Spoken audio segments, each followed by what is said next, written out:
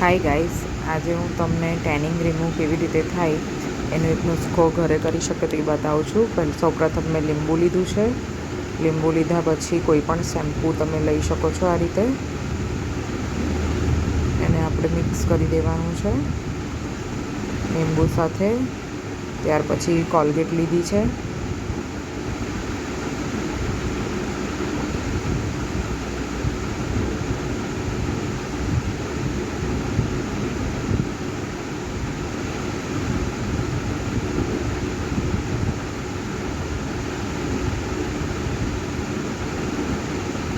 Colgate લીધા પછી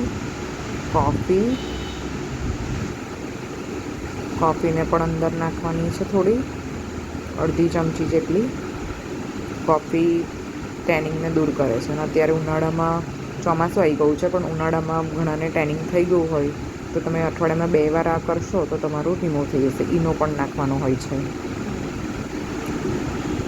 તો અડધી ચમચી ઈનો નાખવાનો છે.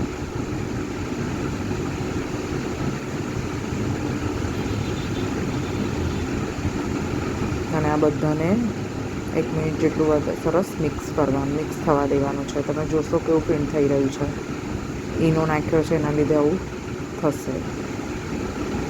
થઈ જાય એટલે જુઓ હાથ પર કેટલું ટેનિંગ છે. અને આ આરુષિ છે, અને આરુષિના હાથ પર ટ્યુશન જાય એટલે ટેનિંગ વધારે થઈ જાય છે.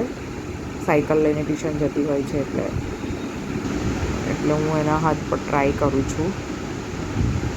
ખરેખર આનું સરસ રિઝલ્ટ હોય છે. જેને બહુ ડાર્ક હાથ થઈ ગયા હોય એ અઠવાડિયામાં 2-3 વાર નહીં, પણ મહિનામાં પછી એને આ રીતે રિમૂવ કરવાનું. મહિનામાં 2-3 વાર કરશે તો એનું ચોક્કસ ટેનિંગ નીકળી જશે. જે લીંબુ આપણે યુઝ કર્યું હતું એ જ લીંબુને લઈને આ રીતે ઘસતા એને રિમૂવ કરવાનું છે.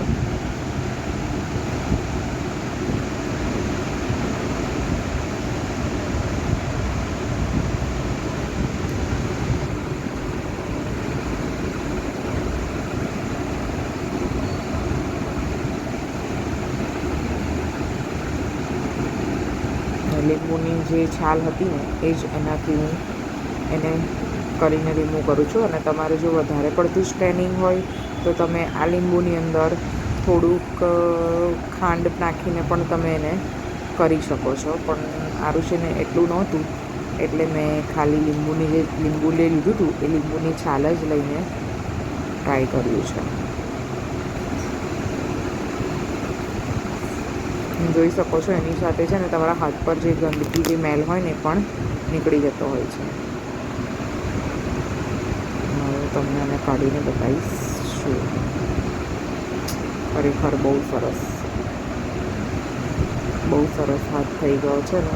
ખાસું બધું કાળાશ જે હતી ને એ બધી જ એમાં આવી ગઈ છે.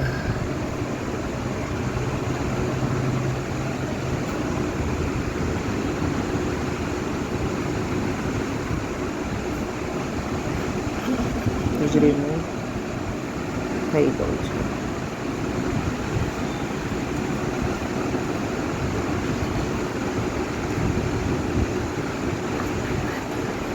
તું યાર બોલે છે ને એટલે મજા નહીં આવતી. લાય પેલો હાથ લાય ઊંચવાનું.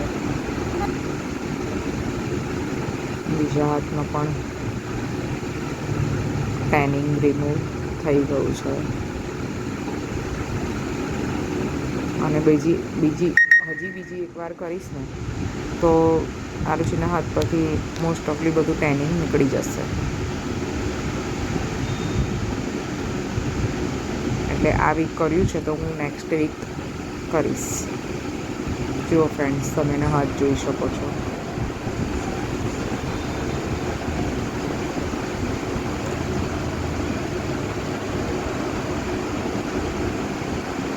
Okay, bye bye.